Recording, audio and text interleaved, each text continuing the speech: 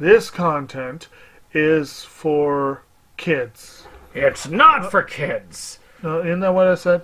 No, it's not for kids. If you are 13 years or younger, this is not for you. Do I have to kill somebody in order to actually make that point across? No, man, you don't have to kill no one. Wait a second. Oh, no. We return to our planet. The High Court may well sentence you to torture. He likes movies, we like movies. SeptumSin versus the world. SeptumSin versus the world. SeptumSin versus the world. SeptumSin versus the world. I'd buy that for $1. Greetings everyone and welcome to another episode of SeptumSin versus the world. I'm SeptumSin. Today, we're gonna show you what I got. Show me what you got. I want to see what you got. Oh boy. Alright, so we got a pretty good slate today, so let's take a look at what we've got. So, the first up here is Return of the Evil Dead, which I've got here from Blue Underground. This is the Blind Dead collection. So, you know, there's a lot of cool zombie films out there, and this is an older one. This is the second film of the Blind Dead series.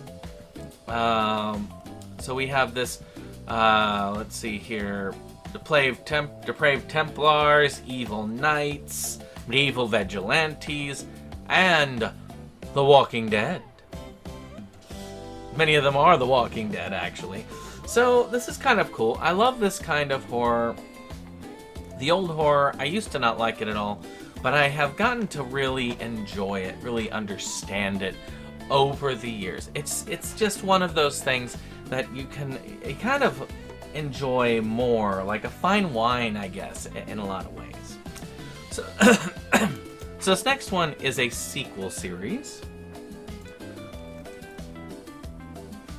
I'm not going to do the sequel first. I'm going to start with the original first, which is Restaurant to Another World. There we go. You know, I've never actually seen this. Serving Western cuisine, Nicoya is an ordinary place to dine until Saturdays. That's when the doors swing open to elves, demons, and even dragons hungry for the unique.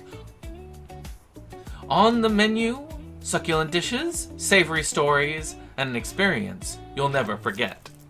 I remember this, and I talked about this before, and there's a lot of cool things about this. I love the concept, and I did have to get it when I could, when it was on sale. And you know, it's one of the essentials, so it's actually one of the ones that took place of the save editions, if you remember them, when Funimation was still Funimation. And, you know, not the classics, which the classics still maintained full price and was just a reprinting. Now, of course, it did get a sequel series, so, you know, more of the same, I would expect. There we go. I do like having those, you know, it's the... Oh, it does have a different cover. I like when the slips on these things do have a bit of a difference. I really do. I think that it's kind of cool that they have a different cover for the Blu-ray than the slipcover. It gives the slipcover more of a good feel. Now, here's one that I'm not remembering very well when it comes to the origin of this, but there's another movie that was out. I think it was a John Carpenter movie that did this, which of course this is the Resonator Miskatonic U, which is a full moon. I know it's supposed to have sequels. I have not paid attention. Does anybody know if the sequels to this have come out yet? If you do, please type it in the comments below. I do read all the comments. For those that are not trolling me, I will definitely respond. Even to some of you who are trolling me, I sometimes respond. But I do enjoy the comments. I always like to speak with people when it comes to these things. Feel free. I am always monitoring them. This does have a lot of that same thing about this machine that kind of thins the barriers between worlds, and it kind of has this effect on the people who do it. And it's very creepy, very messed up, and very disturbing in a lot of ways. Now, the original film that I saw that was about this was done better, but I did enjoy this. This did do a good job with it, and I do look forward to more along that line. Now, here's some animated stuff. Now, what's interesting is that Resident Evil as a whole has kind of fallen to the wayside when it comes to live action. I mean, the Mila Jovovich films are fun, don't get me wrong, but are they good? No. No, they're not. But the animated ones are very much game-centric. And here's one I have not seen yet, which is Resident Evil Infinite Darkness. Now, I want to say that these are canon to the main series. Now, I could be wrong, but I do believe they are canon to the video game series. And with Leon having a new outing with Resident Evil 9, just coming out when I record this, which tells you how long I recorded this ago, it's kind of cool to be able to look at a lot of his stuff. I love the movies. A lot of them are Leon-centric, and I do need to see this. This is, I believe, the fourth of the films. It does have a special feature, which is the making of, so that is really cool. Now, speaking of how they can't seem to get the live action right, we've got Welcome to Raccoon City. I can't help but be attracted to these. I do love anything in the Resident Evil universe. It is one of my favorite video game series. I've got to get them. They screwed Leon entirely character-wise, but it is kind of a recreation of the events that happened in Resident Evil 2.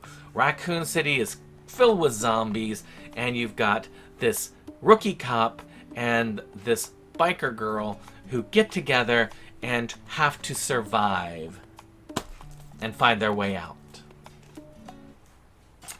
Now, this is one that came from my father's collection.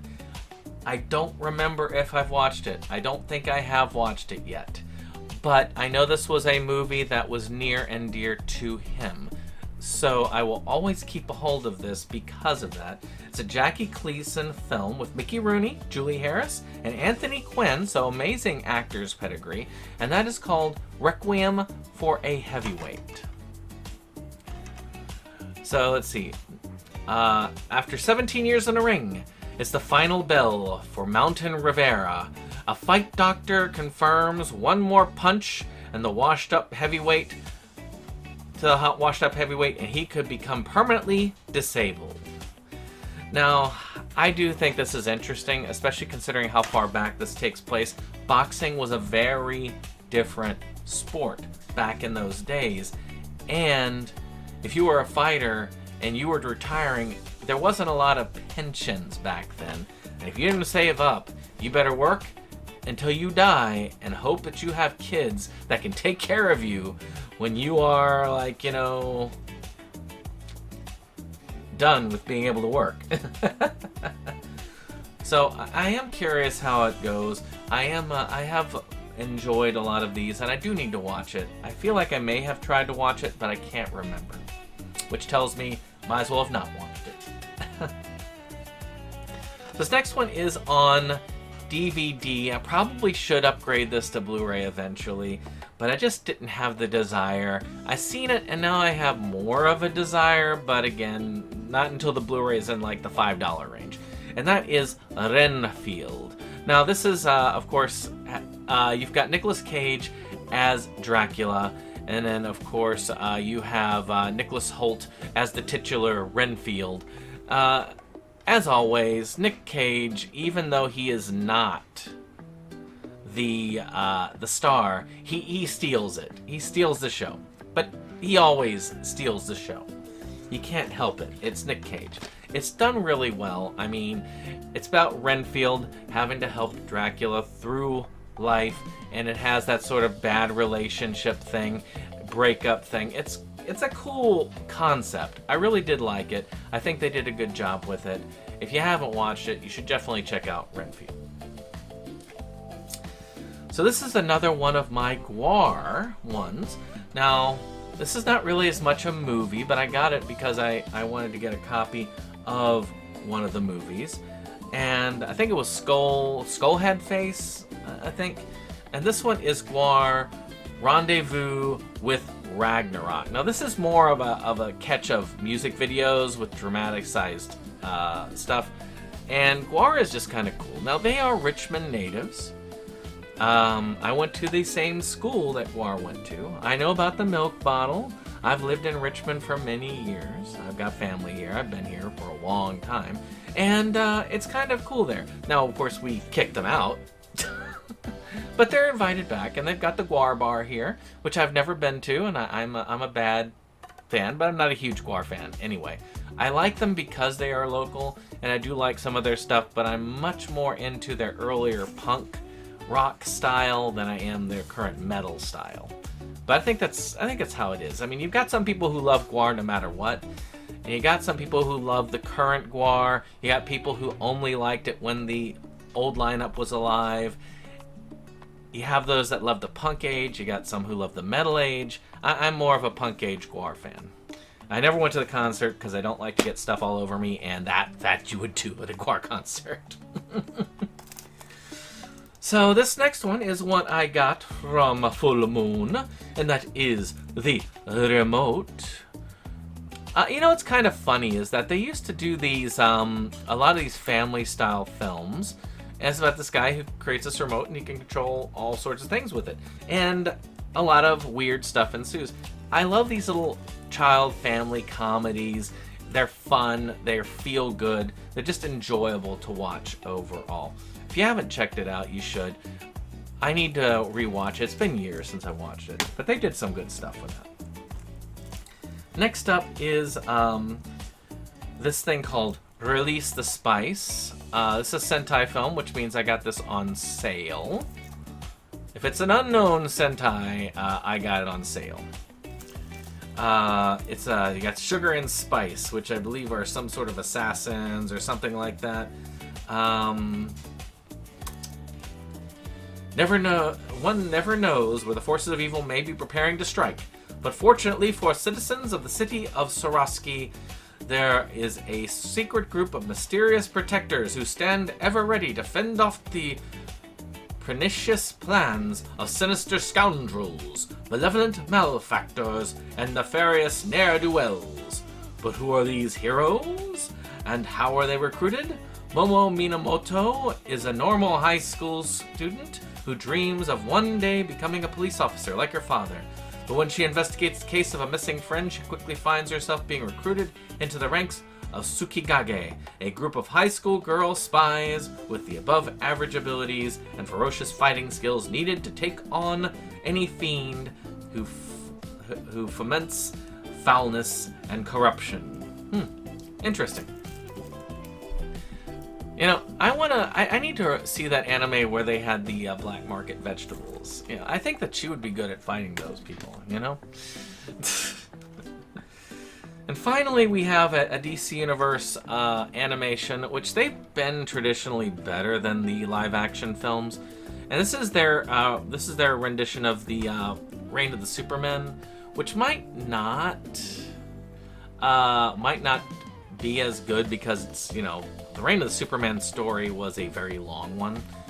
Matter of fact, it was the death of Superman that got me into, basically got me into comics in the first place.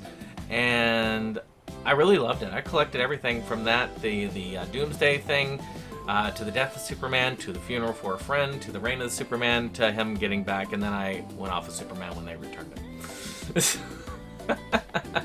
But I haven't seen it. I think I did see the newer Death of Superman, but I do need to check it out.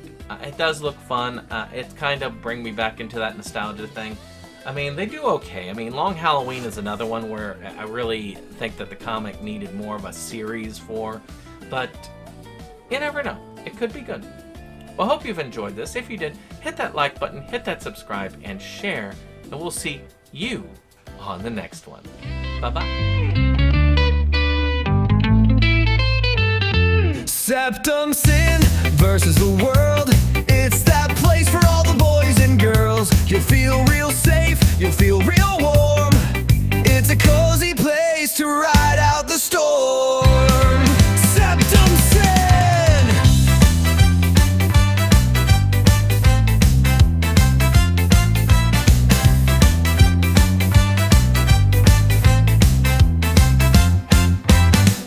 SeptumSin and his best boy Jake see the trends that scare us every day.